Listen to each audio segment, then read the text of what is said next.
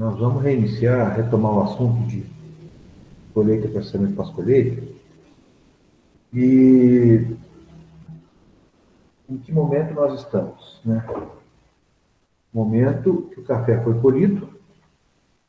Aí depois da colheita eu mostrei para vocês alguns vídeos, conversamos sobre algumas etapas da retirada, né, da forma de retirada dos frutos da planta. Falamos mesmo que rapidamente sobre essa limpeza, essa pré-limpeza, a abanação do café, né, que consiste numa operação após a colheita para retirada de folhas e ramos, né, e alguma impureza que tiver no meio do café. Isso pode ser feito tanto mecanizadamente naquelas máquinas automotrizes que eu mostrei, e também pode ser feito manualmente, né, com sopradores, com peneiras, para que o café depois seja medido, né, e seja feito aí o pagamento pelo trabalho, pagamento em termos de medida de café. No caso da colheita com máquinas automotrizes, é feita a determinação do volume de café colhido naquela caixa, né? Então ela tem as medidas, né? Que aí consegue fazer a conversão em litros e depois conversão em medidas, de 60 litros. Tudo em relação ao volume. Bom, fez a colheita, fez essa limpeza, essa abanação, mediu o café ele vai agora passar a etapa de processamento após a colheita, processamento pós-colheita. Esse processamento pós-colheita não significa única e exclusivamente descascamento, despolpamento, fermentação do café.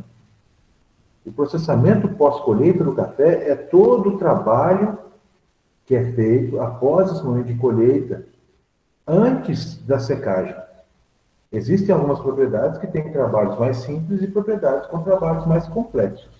Mas nós estamos nessa janela de, após a medição, né, e o transporte do café até ele chegar na unidade, né, de processamento da secagem, e o início da secagem.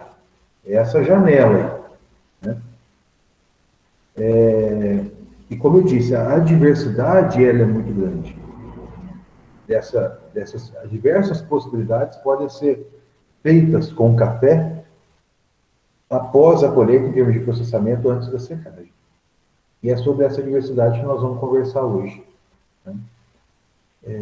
E a primeira coisa que eu quero dizer para vocês, né, que é uma mensagem que eu gosto muito de transmitir, tanto para vocês estudantes, quanto para produtores de café, que essa questão de processamento pós-colheita, ela não é restrita a um determinado grupo de produtores.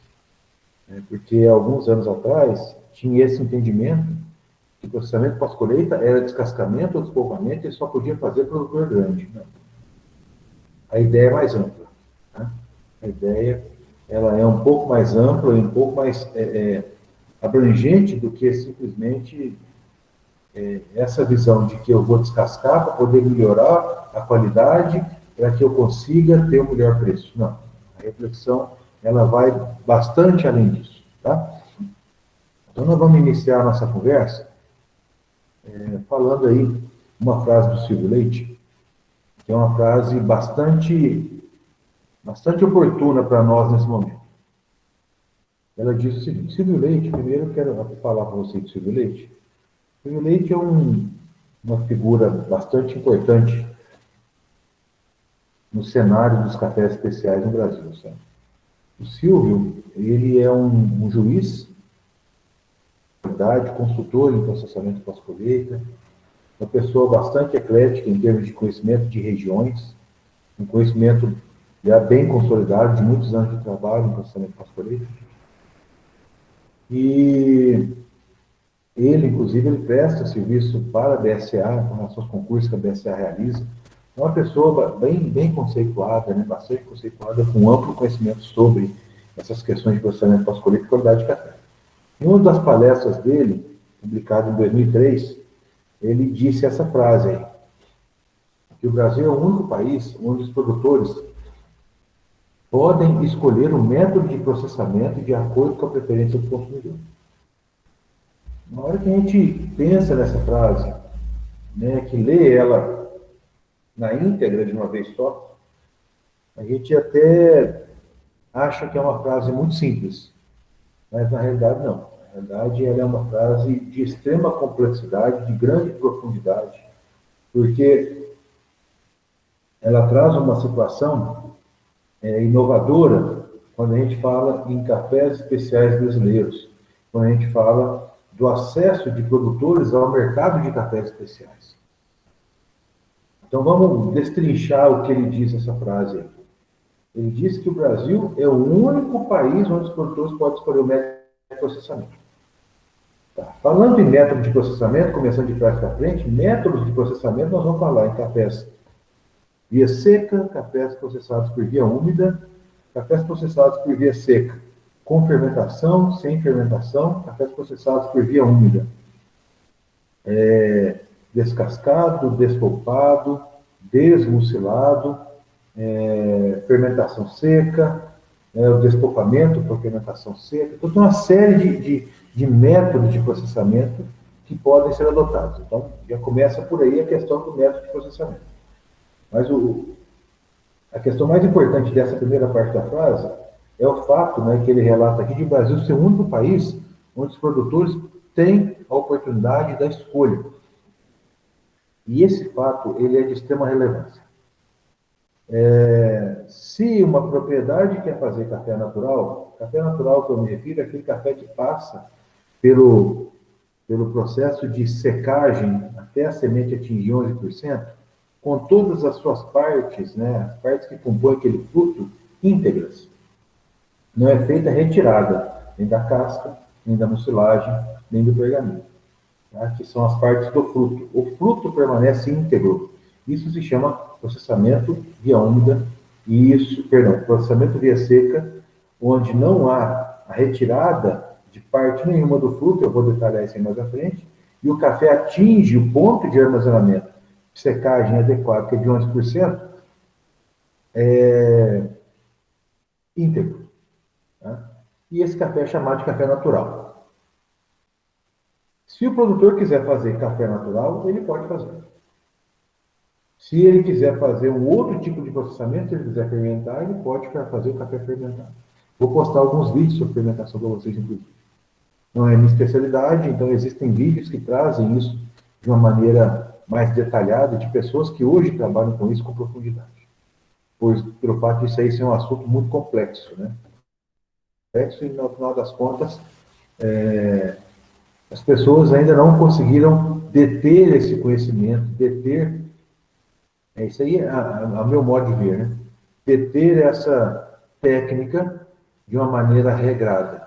Ainda tem muitos fatores de variação. Se quiser fazer um café descascado, que é só a retirada da casca, pode. Se quiser fazer o desmucilamento, com a retirada da casca e da mucilagem, então, isso tudo é possível. Tá? E hoje o Brasil ele é o único país que faz isso. Não existe uma outra possibilidade em outras regiões, por questão, em especial questão climática, e questões morfofisiológicas do comportamento da planta, né, de outros países, por exemplo, Guatemala, Honduras, Nicarágua, que seja, Colômbia, fazer como é feito aqui no Brasil. Tá? Por diversas questões que nós vamos falar daqui a pouco. E você vendo isso também nos trabalhos que eu tenho passado. E o final dessa frase, ele também é muito interessante, porque ele apresenta aqui a presença já do consumidor fazendo um papel muito importante de direcionamento para a escolha do método pelo produtor. Isso ele falou em 2003, e nós estamos vendo, quase que 20 anos depois, o surgimento, né, de uma forma de comércio muito estreita, muito interessante, bastante próxima entre produtores e consumidores, quando os consumidores estão se posicionando de uma maneira mais direcionada, mais clara, mais consciente para os produtores, para que os produtores façam o café de acordo com o perfil que eles querem beber. Isso tem acontecido com muita frequência. Né? Essa aproximação dos consumidores nas unidades de produção. Por exemplo, existe uma conhecida que todos os anos ela vende café de um mesmo talhão, com o mesmo processamento, para o mesmo cliente no Japão.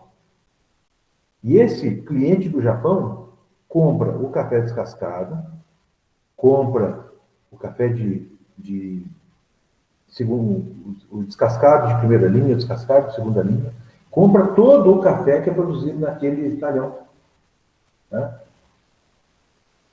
E isso é uma situação nova, chamada comércio direto, né? Que a primeira tese de comércio direto foi defendida há, acho que um ano e meio atrás. Não sei se tem nem isso no Brasil. Foi defendida na UFLA por uma colega que hoje vai falar, chamada Elisa Guimarães, que foi o primeiro material oficial sobre direct trade no Brasil. Isso foi falado pelo Silvio Leite há quase 20 anos atrás. Então, quando a gente faz uma reflexão sobre as questões relacionadas à qualidade de café, a escolha do método de processamento, a aproximação de consumidores e produtores, tudo isso, nesse cenário de que nós somos o país maior produtor de café do mundo, estamos de longe na frente do segundo produtor de café arábica, o segundo maior produtor é o Vietnã, mas em termos de arábica não é Etodos Caneva, que é a Colômbia. Nós estamos com uma situação muito vantajosa nesse sentido. Existem algumas diferenças muito grandes nisso, né? Mas em termos de volume de café produzido, de diversidade de ambientes, várias possibilidades onde os produtores podem escolher o processamento e fornecer um café específico para aquele mercado consumidor, o Brasil é um país que consegue. Mas por que eu digo isso? Países da América Central, como eu falei para vocês, eles fazem lá de 8 a 10 colheitas por ano. Esse foi nós conversamos na aula de colheita de café. Eles não têm a escolha de fazer uma ou duas passadas como nós fazemos. Né? E vocês já entenderam por que naquele momento. Em complementação a esse tema, eu vou dizer para vocês mais uma coisa. Esses países da América Central, Colômbia para cima, eles obrigatoriamente precisam fazer a retirada da casca e da mucilagem do fruto. Então, quando eles fazem colheita seletiva, não é porque eles querem fazer bonito, não, porque se eles fizerem a derriça, eles vão arrancar flor de café, chumbinho, frutos ainda em desenvolvimento inicial, inclusive. E aqui no Brasil nós até conseguimos fazer isso em função de nós termos 3 colheitas, vamos dizer assim, 3 colheitas, a primeira, a segunda maiores, e a terceira ou quarta um pouco menores. Esse é um ponto. Por isso eles fazem seletiva, com de 12 a 15 colheitas floradas que eles têm por ano. Agora, em termos de processamento, eles não podem fazer cafés naturais. Eles obrigatoriamente precisam fazer, no mínimo, o descascamento desse café. Por que isso? Devido à sua condição climática ser quente e úmida, né, nesses países da América Central, em função de sua menor latitude, eles são mais próximos do Equador do que a nossa região produtora, o café ele passa por um processo, né, de fermentação indesejada. Esse café ele se contamina, ele embolora, ele azeda, ele mofa. Nesses países, pelo fato de lá ser uma região muito quente e muito úmida, o ano todo. Então, época de colheita é época de chuva. O que eles fazem?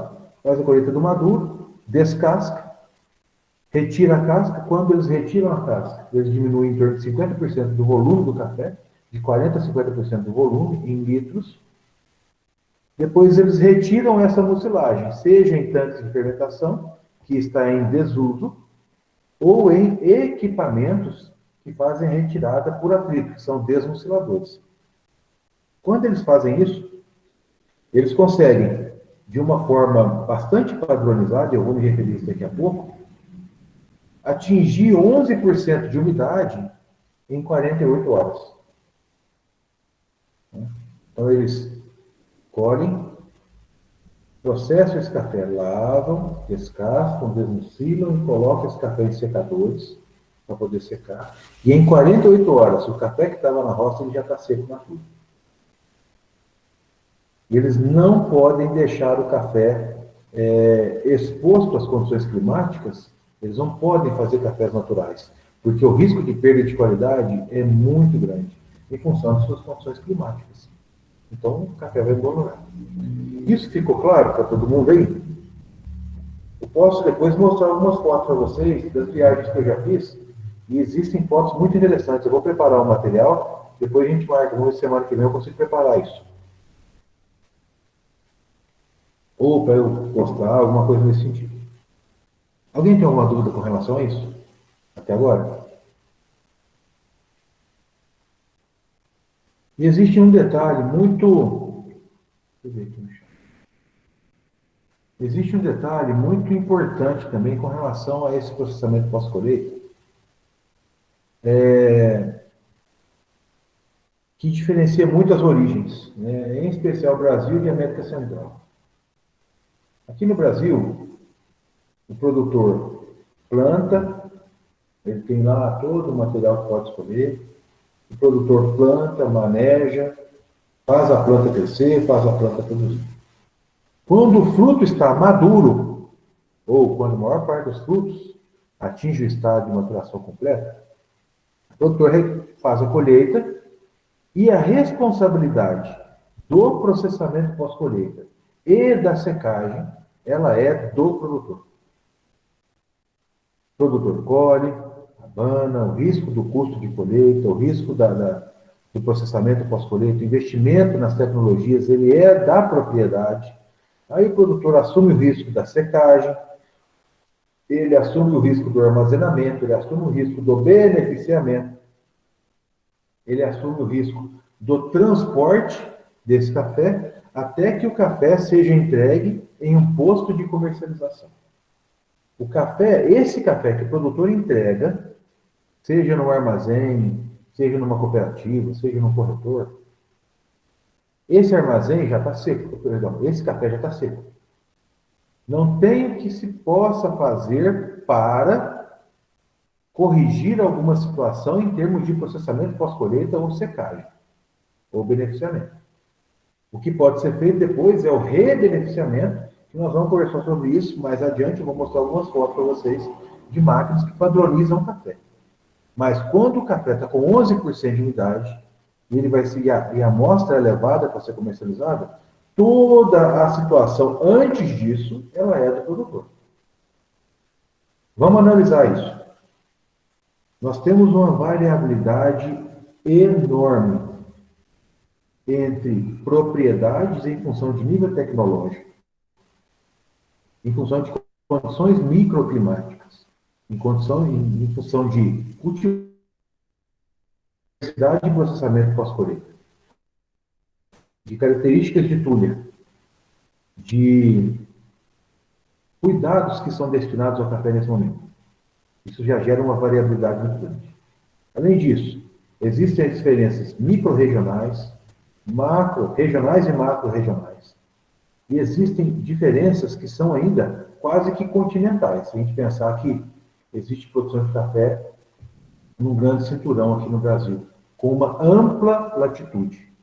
Existe variação de altitude, variação de latitude, variação de região, e tudo isso ficando ao encargo do produtor. O produtor entrega café seco. E o que eu estou falando para vocês é o que vocês já sabem. Nos países da América Central não acontece isso. O produtor produz. O produtor simplesmente produz café, simplesmente. Desculpa, né? A expressão não é simples, mas o que eu quero dizer é que a missão do produtor é produzir café.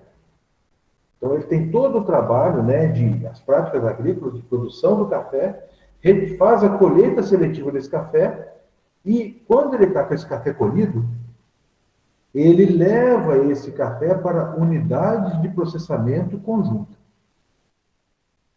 né? São unidades de processamento coletivo, o termo é esse, que são gerenciadas por agricultores, por cafeicultores, né? Toda a Costa Rica é assim, na Colômbia isso é muito disseminado, nos países da América Central isso aí acontece demais, em especial com agricultores menores, com 50, 60 sacas por ano, né? Que lá, nesses países, 300 sacos, 400 sacos já é grande produtor. Então, esses agricultores, esses cafeicultores, eles não investem em terreno. A propriedade deles tem lavoura e a casa deles. Não tem terreno, não tem unidade de processamento, a maior parte deles. Eles fazem parte de associações, cooperativas pequenas, pequenas que eu digo, de 180, 250 pessoas, onde eles levam o café nessa unidade, e a partir daí, ele já cumpriu a missão dele.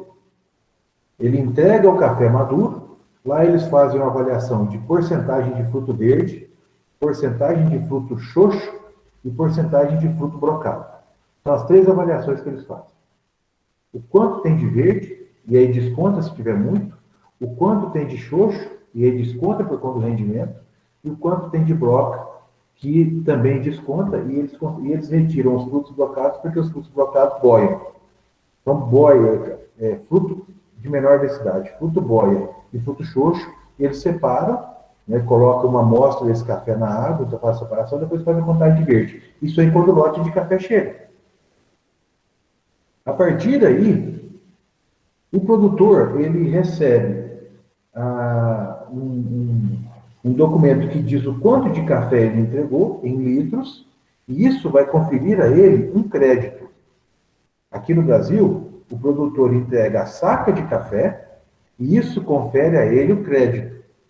Nos países da América Central, não. O produtor nem seca. Ele colhe, mede, quantifica em termos de verde e café flotes, café que boia, né? Café boia, xoxo e brocado, e ele vai embora. Daí para diante, a responsabilidade é dessa unidade de processamento conjunto, de processamento coletivo. E olha que interessante, eles conseguem ter máquinas grandes, conseguem fazer o trabalho de uma maneira a padronizar os lotes, então não tem essa variabilidade em termos de perfil sensorial. Padronizam o processamento, padronizam lotes, conseguem obter lotes de melhor qualidade porque os frutos bem maduros, penalizam os frutos verdes, penalizam o fruto blocado do produtor, tira da responsabilidade do produtor esse risco, e consegue fazer volumes maiores de café de melhor qualidade. Essa é a estratégia que esses países usam, e aí fazem o marketing em cima da colheita seletiva, fazem o marketing em cima da cafeicultura de montanha, fazem o marketing em cima de eficiência e padronização, certifica, e são reconhecidos mundialmente como produtores de cafés especiais. Mas nós estamos falando em 14 milhões de sacas da Colômbia, o Brasil produz 60. Então, são situações que nós temos que rever em termos de estratégia. Como eu falei para vocês, nós somos excelentes produtores. Excelentes produtores. Saímos de 9 sacos por hectare para 27 sacos por hectare em 30 anos. Primeiro ciclo. Né? Mas tem muita coisa a ser feita. E essa situação de padronização, ela é muito interessante porque diminui-se muito o risco. E essas unidades são unidades fantásticas. São unidades que trabalham por 24 horas em algumas situações, de maneira padronizada. O material orgânico, as castas, eles fazem compostagem. E os produtores retiram esse material compostado para fazer adubação orgânica. A mucilagem, eles fazem produção de biogás para poder aquecer a fornalha, né, para aquecer a caldeira, para essa caldeira fornecer calor, para aquecer o ar, para ser inflado nos secadores. Então é um trabalho assim muito, muito, muito interessante, né? Muito interessante. E essa diferença para mim ela é marcante. Então assim, concordo com o Silvio quando ele disse que nós somos o único país onde os produtores podem escolher o processamento. Mas existe uma questão muito complicada nisso aí, que é esse desalinhamento que acontece quando nós pensamos essa diversidade que pode ser destinada ao café e o quanto esse produto oscila em qualidade. Não oscile apenas entre as propriedades. Ele oscila em muitas situações dentro da mesma propriedade, ano após ano. Em determinado ano, uma propriedade consegue produzir 60% a 70% de café bebida fina. No outro ano, não consegue. Consegue produzir 50%. Porque tem uma variação, tem a chuva, tem a mão de obra, tem uma série de coisas que podem influenciar. Tem o mercado que não está pagando. Então, são situações muitas que podem influenciar esse processo. Né? Mas, de maneira geral, a gente percebe o quanto os nossos produtores são desorientados em termos de padronização de procedimentos pós-colheita para obtenção de café de melhor qualidade. Eu vou falar de uma outra forma.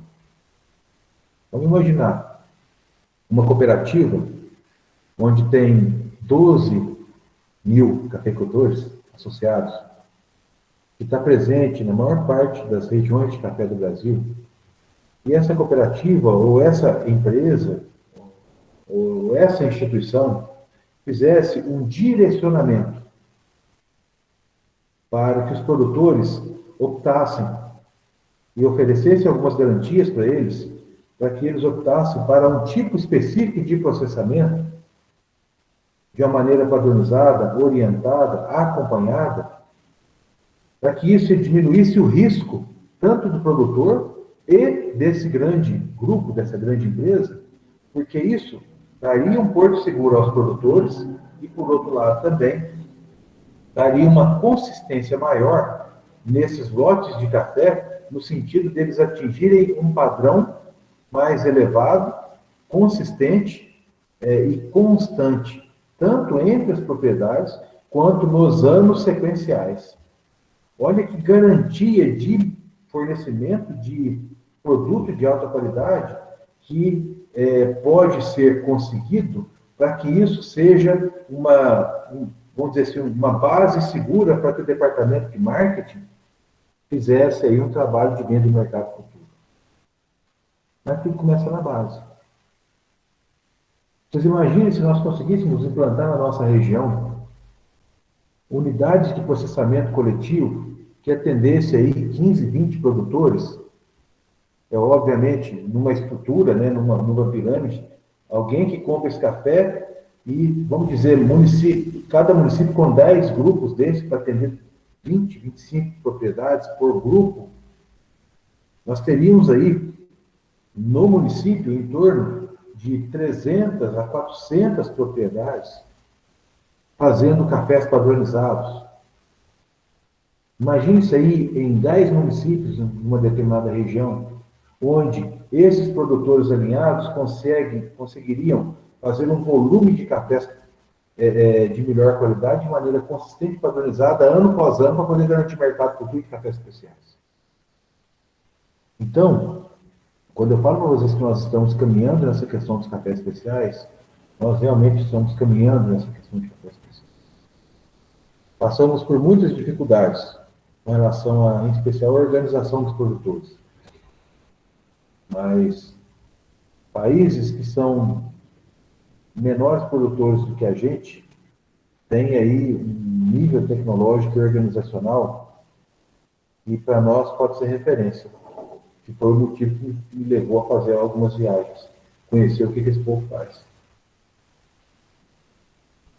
Então, esse assunto do processamento pós-colheita, gente, ele é complexo, ele é amplo, sabe? E ele é um assunto que ele ainda vai ser melhor explorado. Agora, eu digo que ele ainda está muito incipiente. Incipiente por quê? Tem produtor que acha que não dá conta. Não sabe que existem equipamentos que se adequam a todos. E que, então, ele tem preconceito com ele mesmo de que ele não consegue produzir um café bom, em especial os agricultores familiares. A outra situação é um desajuste em termos de padronização desses cafés para atingir o mercado de cafés especiais.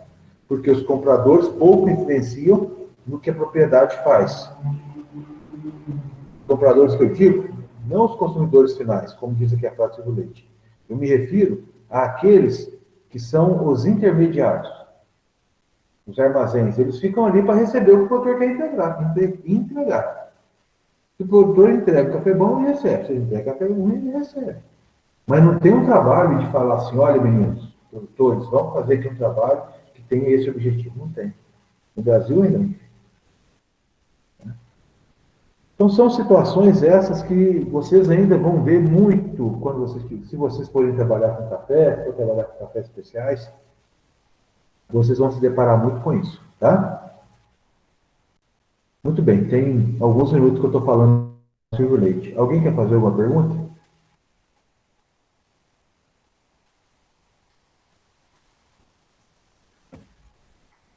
Se não tem perguntas. Esse ramo de café é de uma lavoura de Mundo Novo, plantado no município de Jacarezinho, Paraná. Fazenda Califórnia, é uma foto minha. E ela está aqui para exemplificar a diferença na maturação dos frutos no mesmo ramo. Na hora que a gente repara aqui, mesmo ramo, a diferença de maturação dos frutos. Nós temos aqui frutos verdes, nós temos frutos, nós temos aqui fruto verdoengo ou verde cana, frutos maduros, sobremaduros e frutos secos.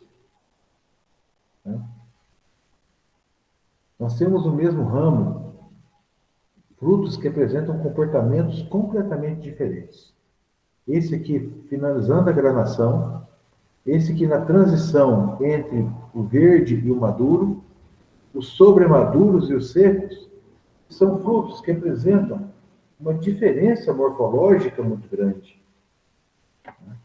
E, consequentemente, uma situação de muita influência positiva e negativa entre eles, onde a média é média. Onde o resultado final é média. Se eu quis dizer, desculpa. Essa situação é uma situação típica para nós. Por que isso? Porque isso é decorrente de floradas desuniformes, e nós já conversamos sobre isso na aula de colheita. E vocês estão fazendo um trabalho sobre isso. O processamento pós-colheita, ele entra não com uma situação de melhoria da qualidade do café, não. O objetivo do processamento pós-colheita é separar o verde, tirar o verde de perto do maduro, tirar o sobremaduro de perto do maduro, tirar o sobremaduro de perto do verde. Fazer com que o café verde cana receba o tratamento adequado, porque, afinal de contas, ele já é um cara que consegue descascar, mas ele ainda apresenta sabor astringente e amargo. O que fazer com eles?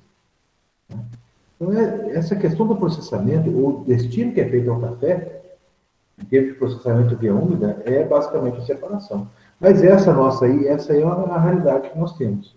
Plantas que têm variação de estágio de maturação de frutos. Vamos fazer aqui um desenho, ó. Vamos pensar aqui, ó, uma planta de café. Né? Então, nós temos aqui o terço superior, o terço médio e o terço inferior. Terço superior, terço médio e o terço superior. Numa situação normal com a lavoura de catuai, se aqui está maduro, aqui está sobremaduro, já está secando, e aqui ainda está verde. Isso em termos de partes da planta. Por quê? Porque aqui a temperatura é maior, temperatura média maior, maior insolação. Aqui, temperatura média menor. Então, nós temos uma maturação mais longa e aqui uma maturação mais curta. A primeira florada mais intensa aqui, segunda, terceira florada mais tardia, menos intensa aqui. Então, nós temos Uma florada precoce, uma florada mediana tardia, em maior concentração, e, além disso, um ciclo mais longo de maturação, onde a temperatura média é menor. Sem falar na variação no ramo. Tá? Então, é muito interessante, é muito importante a gente entender essas questões, né, de fatores que influenciam na maturação do café, para que a gente possa entender qual manejo nós vamos recomendar para algumas propriedades em função de suas características. Muito bem. Essa foto aqui é de um trabalho que eu faço com os meninos, do curso de café, do curso de superior de tecnologia, com o mesmo café colhido, no mesmo dia, mesma lavoura, a gente faz 14 processamentos diferentes. 13 ou 14 processamentos diferentes. E essa foto, ela está aí para representar o lote de café recém-colhido. Tá? Então, vocês percebam, café recém-colhido. Café recém-colhido. Vocês observam que esse lote de café, ele tem fruto passa, fruto seco, olha aqui. Ó. Tá? Já tem fruto seco, olha esse aqui, esse montinho aqui. Ele tem fruto maduro. Tem fruto sobremaduro, passa. Fruto passa é aquele que tem a casca mole e a semente ainda lá dentro, a casca é de. Ele tem frutos verdes. Ele tem frutos que estão ainda mudando de cor. Olha aqui embaixo, tem outro. Olha esse aqui. Esse café, ele é chamado, como eu disse para vocês, mistura de frutos. Mistura de frutos por quê? Porque não há separação dos frutos por estágio de maturação. É feita a derriça total. Todos os frutos são, dessa forma, recolhidos, abanados, medidos, transportados e seguem a unidade de processamento.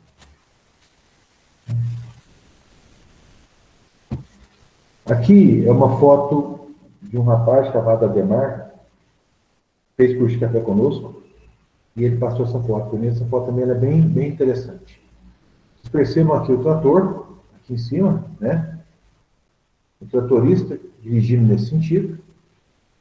A carreta recebendo o café que está vindo da automotriz, que, como eu mostrei para vocês, aquela foto da case, joga o café, não tem cartaz de armazenamento, joga o café na carreta para ter na rua vizinha. Percebam, observe a quantidade de frutos verdes. Então, aqui, a colheita está sendo feita, como eu disse para vocês, para retirar 100% da produção, uma passada só. Então, mesmo após abanado, ainda tem bastante folha. Então, essa planta deve estar sofrendo bastante. Mas percebam, tem muito fruto maduro. Né? Esses frutos, eles compõem o que a gente chama de... Perdão, desculpa, essa foto aqui não está no lugar. Seria dessa foto para outra. Esse lote de mistura de frutos é o lote de café que foi colhido e levado para o terreiro. Essa é a situação que eu quero relatar a vocês. O café, ele é colhido por derriça total. Se ele é colhido por derriça total, ele é chamado, então, mistura de frutos.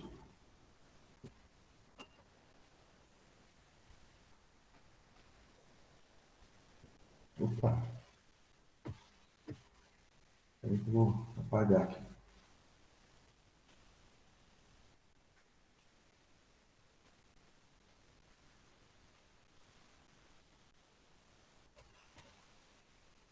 Ele é chamado de mistura de frutos. Na maior parte das nossas propriedades, o produtor faz, como eu falei na hora de colheita, ele faz a derriça total, seja de mão, seja de máquina, em especial maquinário portátil, máquina de pequeno porte. No pano, abana, mede e leva esse café para o terreiro de secagem. Tá? Esse café mistura de fruto que vai para o terreiro, isso aí, vamos dizer, em 80% das propriedades cafeeiras,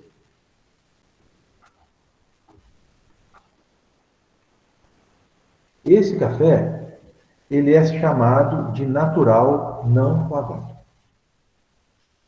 Por que ele é chamado de natural? Ele é chamado de natural porque ele está com todas as suas peças íntegras. Tá? Mantém todas as partes do fruto.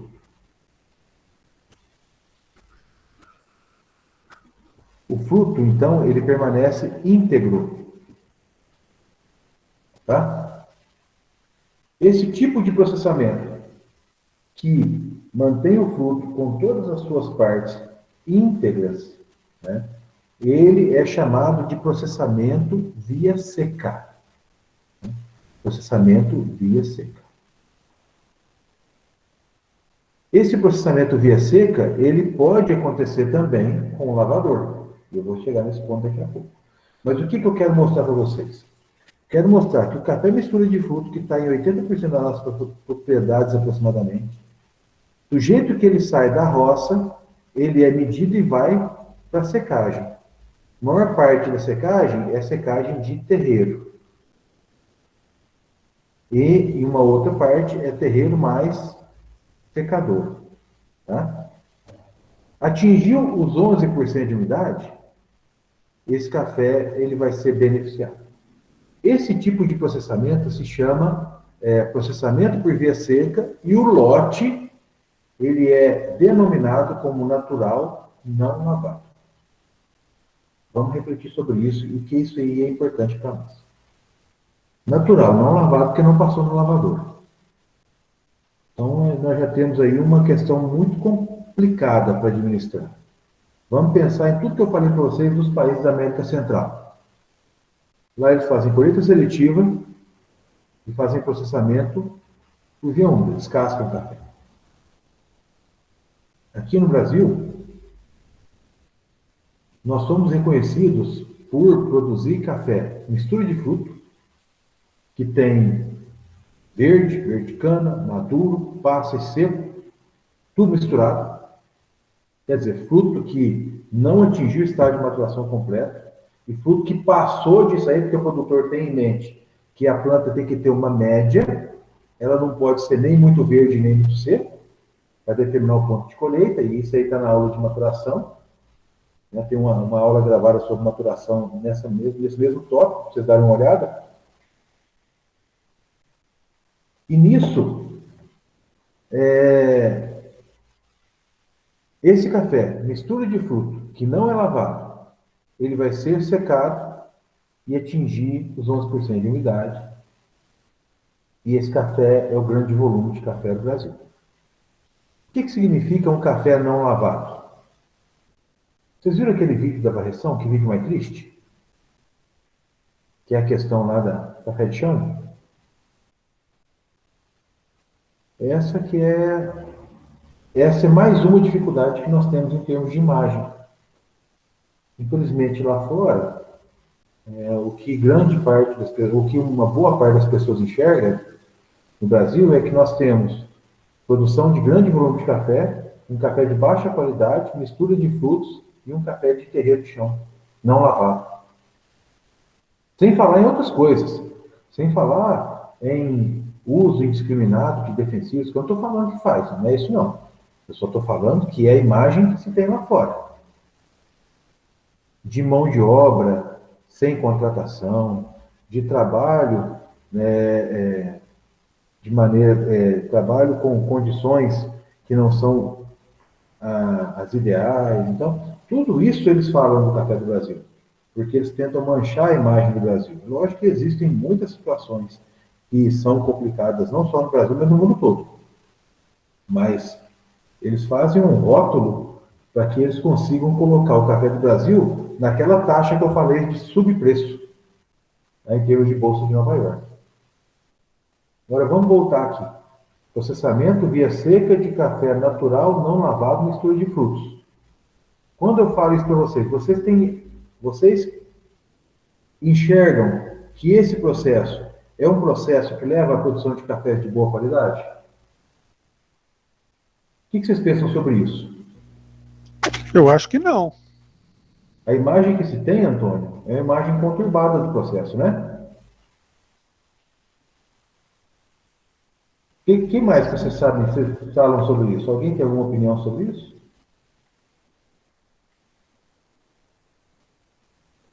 Sabe como são chamados os cafés colombianos? Os cafés colombianos, eles são chamados, vou até colocar uma caixinha aqui. Os cafés colombianos são chamados de suaves lavados. O café suave lavado colombiano, ele entra para nós como os cafés via úmida, que lá eles fazem de maneira obrigatória, como eu já expliquei para vocês. Então, mundialmente, o café lá do Juan Valdez, ele é um suave lavado. Ou seja, um café delicado, um café que não amarga, um café doce, que é lavado. Aqui no Brasil, a ideia que se tem,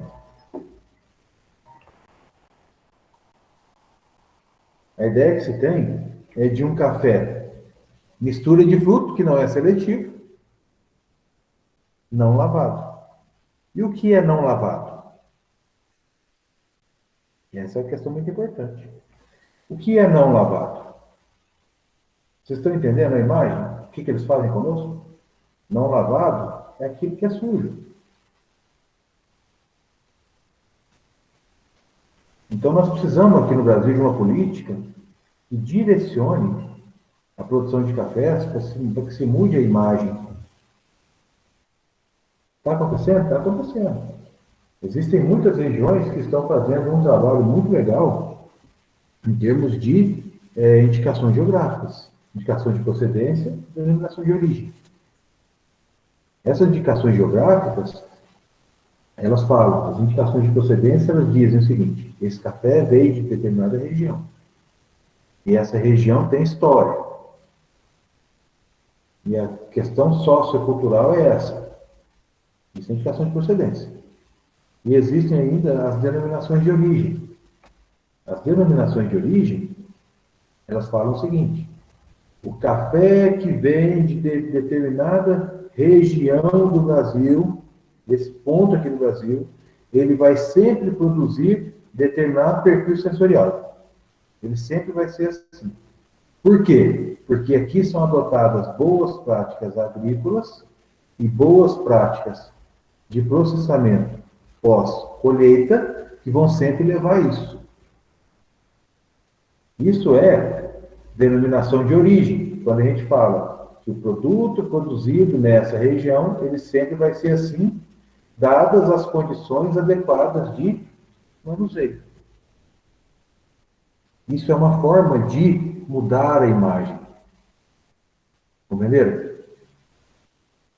Mas o que eu estou falando para vocês é que 80% das nossas propriedades fazem isso. Infelizmente. Tá?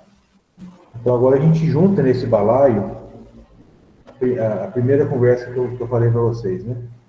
Junta nesse balaio a informação de que o processamento pós-colheita, a secagem, tudo isso é da responsabilidade do produtor.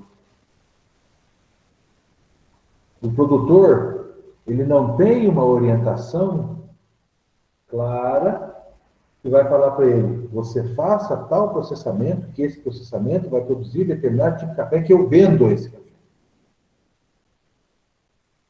Tá? Não há esse comprometimento. Então, os produtores, no final das contas, eles ficam igual barata tonta. Vamos pensar uma outra cultura. Pensemos na cultura da soja, que é um commodity, que é uma commodity. Pensemos na cultura do milho. A soja e o milho, que são commodities, já existe contrato para plantio. O cara só planta se estiver contratado. Não é assim? Uma grande parte dos produtores, os produtores fecham um contrato, fazem o financiamento da safra, fazem o seguro, depois que tudo está negociado e acertado, eles colocam a máquina no campo. E o nosso agricultor familiar? Porque 70% da produção de café está na mão de agricultores familiares, que produzem em torno de 60% a 70% do café brasileiro. O produtor de café não tem isso não. Então isso é um gargalo, gente, extremamente importante que nós temos que trabalhar. Tá? E é um excelente mercado, é um excelente caminho a ser trilhado. Só que não é só um caminho da produção. É um caminho da produção, da padronização do mercado. Tá? É um caminho que leva a situações mais complexas. E aí, quando a gente fala em situações mais complexas, nós estamos falando em um atrelamento maior do consumidor aos produtores. Então, isso é uma estratégia de comércio direto. Tá? Uma estratégia de comércio direto. Esse comércio direto, ele vem exatamente nesse chavão. E a questão interessante, né, voltando a falar dessa frase do Silvio, o Silvio falava isso aí em 2003. 2003 é quando começou a falar de café especial no mundo, por uma influência da Associação Americana de Cafés Especiais, que começou a operar na década de 90. 90, 95, 98, aqui por ali, que eles começaram a falar de cafés especiais, e isso veio refletir no Brasil agora, coisa de 15 anos depois, e o Silvio Leite, 5 anos depois, ele falava sobre isso. Tá? Então, são situações que a gente tem que refletir. E esse comércio direto, isso aí é o caminho para daqui a pouquíssimos anos. Tá? Até aqui, estamos conversados? Alguém tem alguma dúvida a respeito disso? Quer fazer alguma pergunta?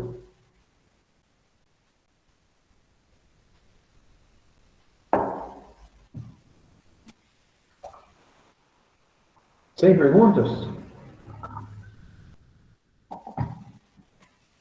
Se não temos perguntas, vamos continuar. Vamos fazer uma reflexão aqui sobre o que é esse lote de mistura de frutos. Isso aqui são frutos que eu peguei de uma lavoura de catucaí amarelo 2SL em Muzambinho. Essa foto, né, essa colheita, ela aconteceu no mês de... Agora eu não sei se foi mês de abril ou maio. Né? Eu tirei dessa lavoura todos esses frutos aqui. Tá? Desde fruto chumbão até fruto seco. Mesmo dia, mesma lavoura. Eu vou fazer agora com vocês uma análise sobre as características de cada um desses estágios, né? Cada estágio de desenvolvimento do fruto, acerca das suas particularidades e influência disso no processamento pós-colheita. Vamos começar por esses frutos menores aqui. Fruto número 1. Fruto número 1, ele está ainda na fase de granação. Nessa fase de granação, esse aqui é um fruto que já está granado. Sim, já está mais granado um pouco. Né? Vocês percebam aqui a estrutura do endosperma, da semente cortada, mas ele ainda precisa encher um pouco mais. Tá? Olha a diferença desse para esse segundo. Ele ainda não preencheu todos os seus espaços. Né? Observem isso aqui, por exemplo. Não preencheu todos os seus espaços. Ele ainda está se formando. Esse café, esse fruto, no momento da secagem, como ele não está com todas as suas partes formadas, íntegras, constituídas, ele pode apresentar um problema de perda de qualidade, aquecimento excessivo, eu vou falar disso lá na frente, da origem dos efeitos, na aula de classificação, ou ele pode, com essa desidratação excessiva até 11%, perder toda essa massa que ele tem aqui, perder toda essa água que ele tem aqui, e só...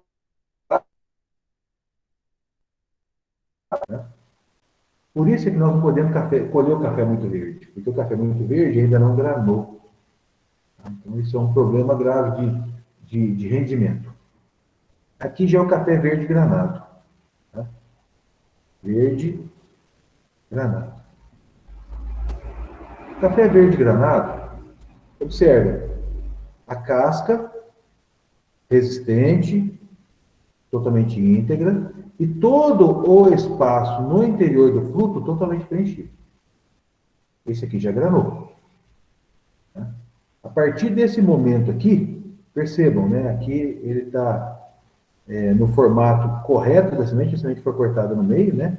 Aquela parte imbricada dele aqui, onde a película prateada ainda se desenvolve, quando ele expande, ela chega a liberar alguma coisa, e ele já passa para esse estágio, né, já chegando à maturação do café, chamado de verde cana. O estágio verde cana, ele já atinge a maturação fisiológica. Maturação fisiológica. A maturação fisiológica é o momento que a semente já apresenta todas as suas partes formadas e o embrião já está formado. Então, daí já consegue fazer nova planta. Mas qual a característica desse cara para nós com relação à qualidade? Ele ainda apresenta casca ainda um pouco esverdeada, numa fase de transição entre o verde e o maduro, porém a casca, observe aqui o tegumento, perdão, observe o exocarpo, ele já está um pouco mais claro, um pouco mais espesso, já oferece menor resistência em termos de força para colher e também menor resistência para descascamento. E vocês observem que ela já começa a brilhar um pouquinho aqui, que a mucilagem já está se formando. A mucilagem é um atrativo de alimentação dos dispersores. A semente está bem formada, o fruto já está mais avolumado, porque a casca se expande. Tá? Então, aqui eu vou chamar de verde cana 1 e aqui eu vou chamar de verde cana 2. Verde cana 2. São fotos muito semelhantes, porém, esse aqui está um pouco mais amarelado, né? Está com uma tonalidade menos esverdeada e mais amarelada, enquanto esse aqui está mais esverdeado e menos amarelado. Esse cara puxando para o verde e esse camarada aqui já puxando para a fase seguinte. A fase seguinte, que é a fase de café maduro.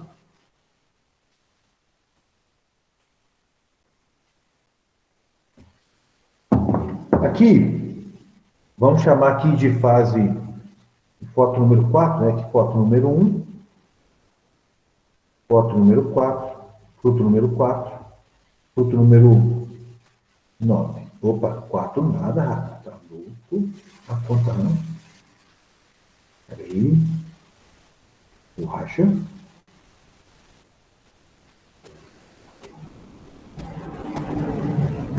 Foto número 5, fruto número 5. 6, 7, 8, fruto número 9. Né?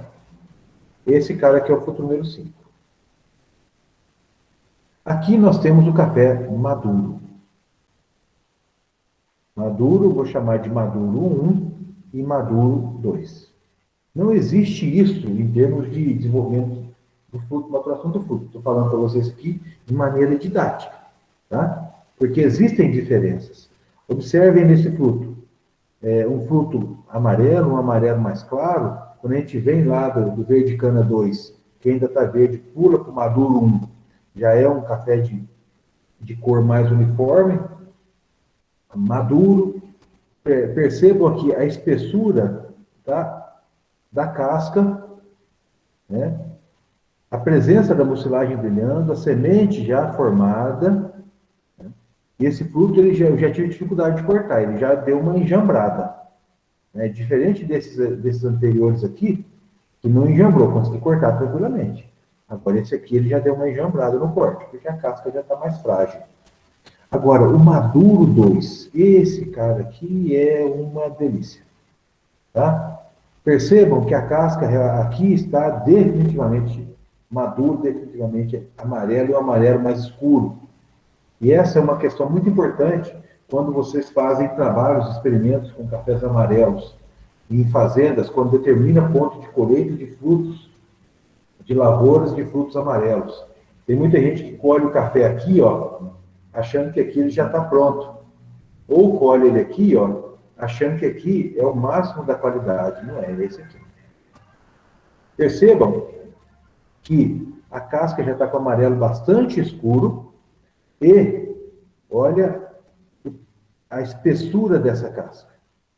Olha a marca da mucilagem aqui. Mucilagem já bastante volumosa, bastante volumada no fruto, a semente ocupando todo o espaço, né? Já há uma separação maior aqui, uma fragilidade maior dessa casca no momento que eu fui cortar, e aqui já inicia essa fase de sobremaduro. O sobremaduro, característica do sobremaduro, desidratação da casca.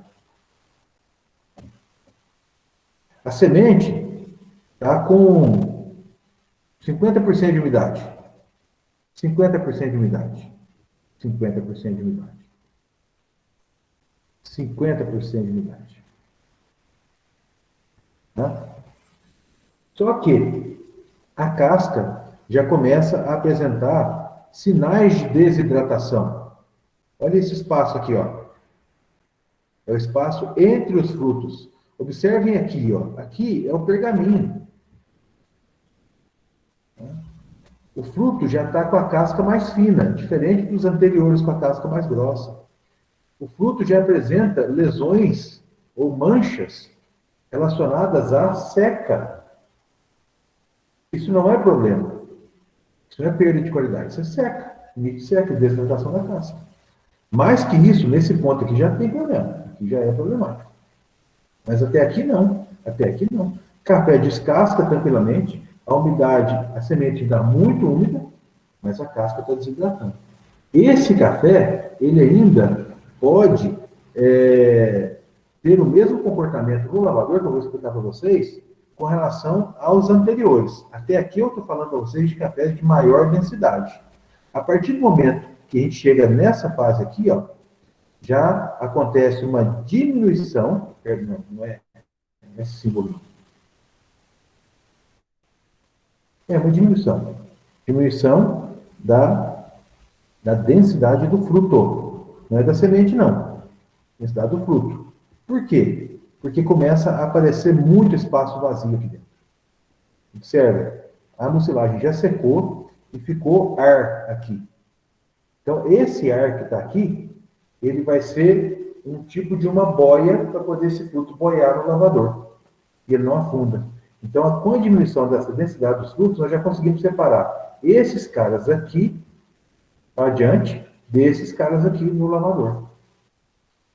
Tá?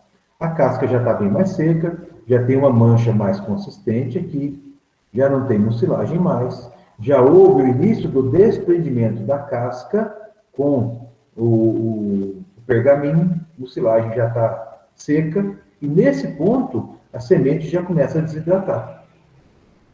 Desidratação da casca, da mucilagem e da semente. Tá? E nós atingimos esse último estágio, que esse aqui, como eu falei para vocês, é o 9, esse aqui é o fruto 9. Esses caras aqui já são os frutos secos. Tá? Fruto seco, também chamado de café coquinho. Tá? Esse café, inclusive tem um moca aqui, né? Esse café, ele já não...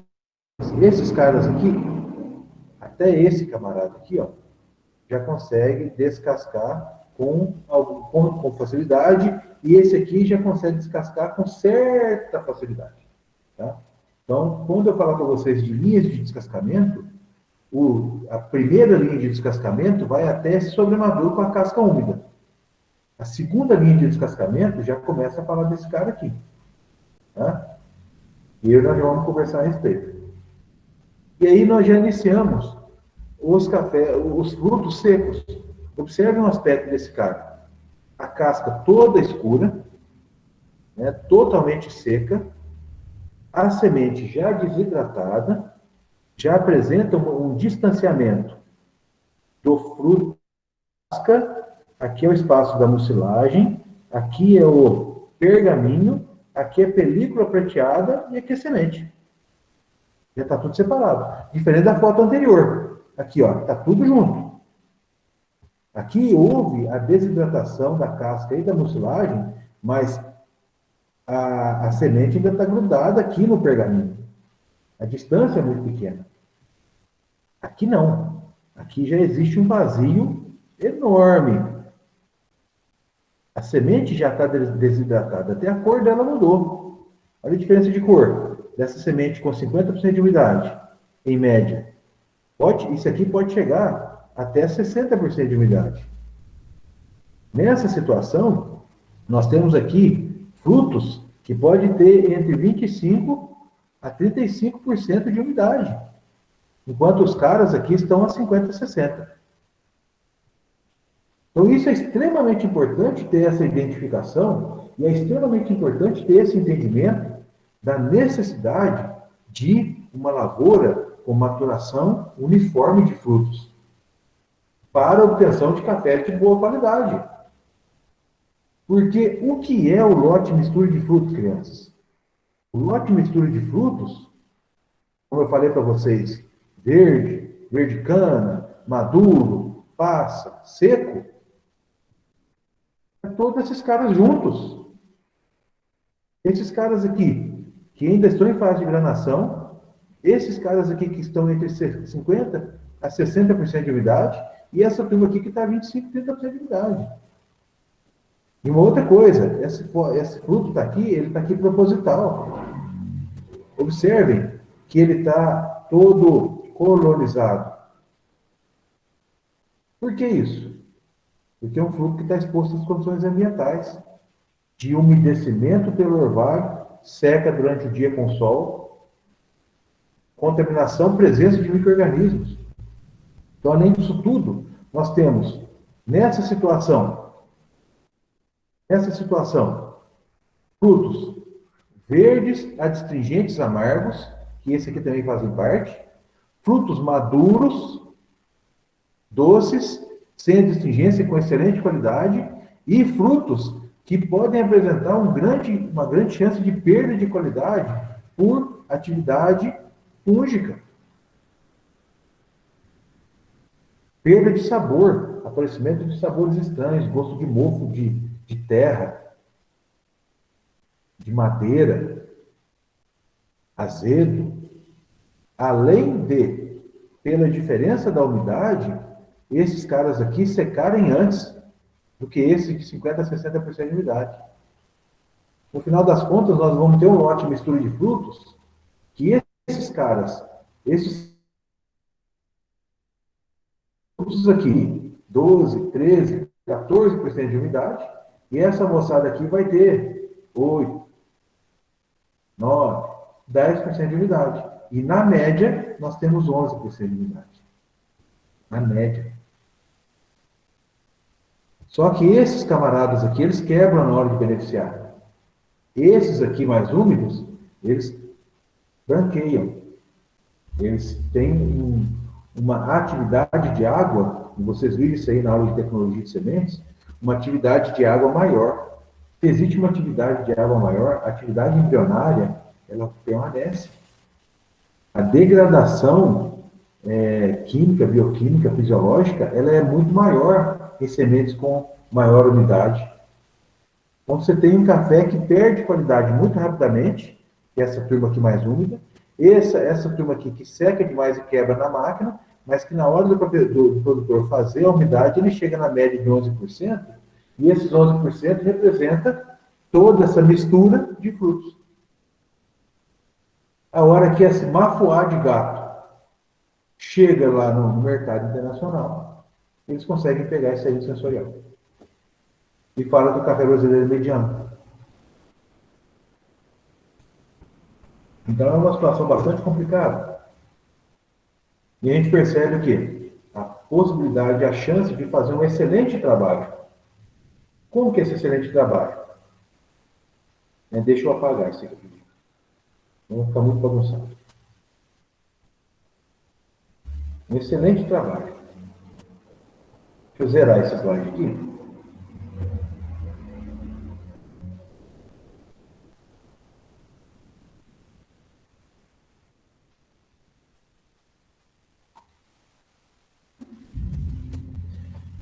Diminuindo a ocorrência disso, colhendo na hora certa, não deixando ele perder qualidade na lavoura, diminuindo a ocorrência disso, dando condições para que haja uma colheita de maior parte desses frutos e aguardando esses caras aqui, ó, atingir o estágio de maturação madura. Atingir esse estágio aqui. Quer produzir café especial? Quer atingir mercados de cafés especiais? Não produza verde. Não coloque verde cana na xícara. Trabalhe com frutos maduros e evite a produção de café. Pode ter problema de xícara estourada, xícara rio, xícara canônica. Até aqui, vocês entenderam? Alguém tem alguma dúvida? Vamos continuar então. Bom, então nós estamos naquele slide inicial, né? Aquele slide que eu fiz todas as observações aqui, ó. Nós chegamos nele de novo. Café colhido por delícia total, mistura de frutos, vai direto para o terreiro e ele é chamado de natural não lavado. Esse aqui é linha vermelha, via úmida. Só que, perdão, via seca. A chegada do lavador, ele não faz com que seja um café por via úmida. Ele continua sendo processamento por via seca. Por que ele continua sendo café processado por via seca?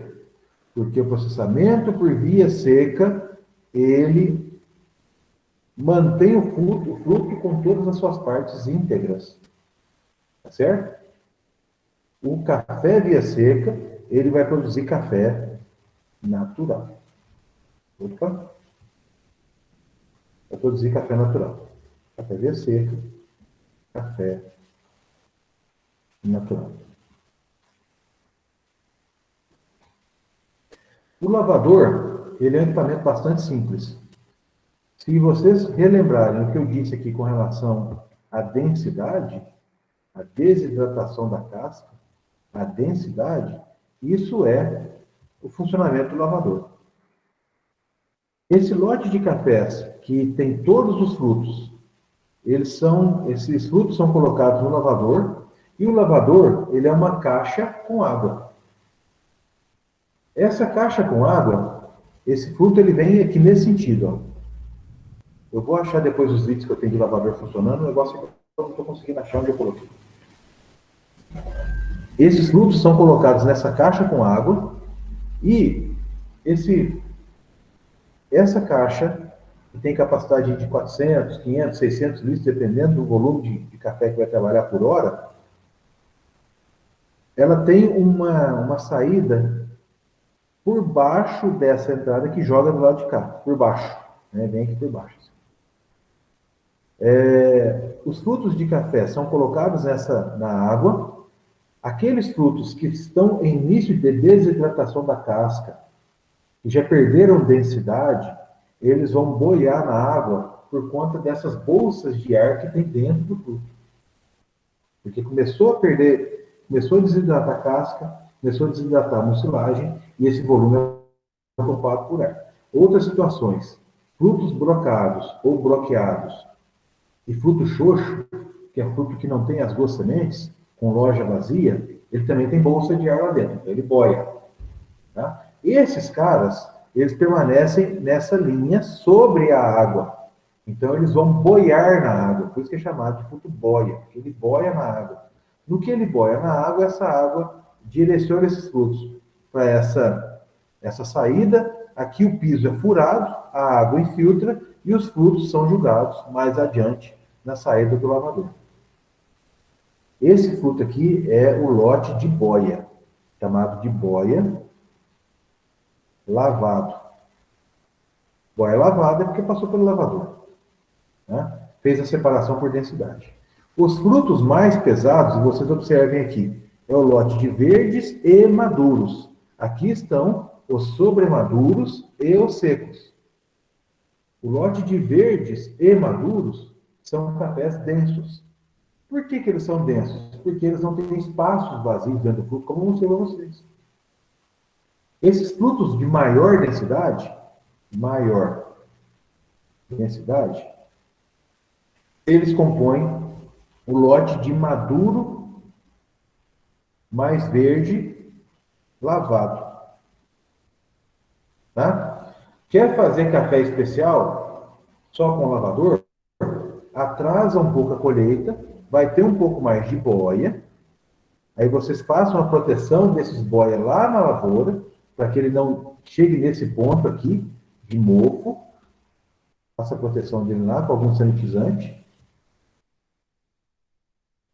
Então, vocês vão aumentar o volume de boia, mas vocês vão diminuir a ocorrência do verde. E vão fazer um lote com maior concentração de frutos maduros. Tá? Fazer um café natural lavado, com baixa porcentagem de verde, baixa catação, um café de excelente qualidade. Tá? Esse é o funcionamento do lavador. Isso vai levar para essa situação. Tá? Então, nós temos aqui a entrada do mistura de frutos,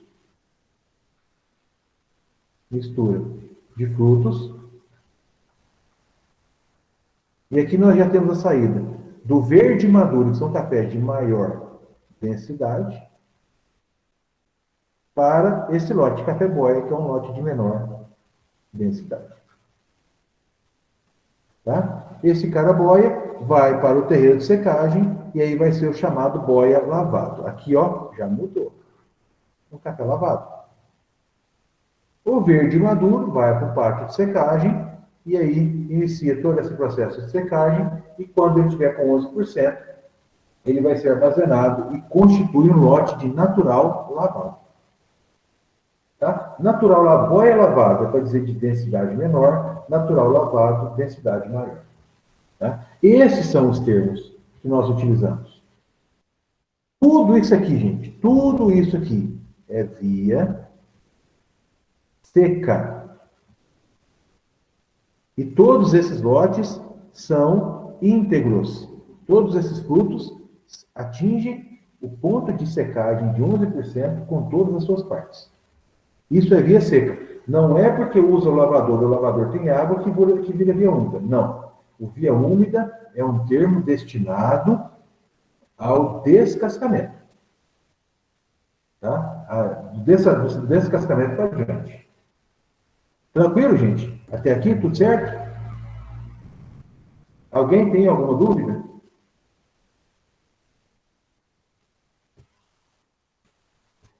Alguma pergunta? Ou está tudo entendido até agora? Está tudo certo?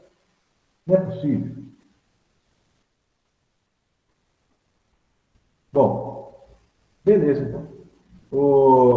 Então eu vou encerrar a gravação agora.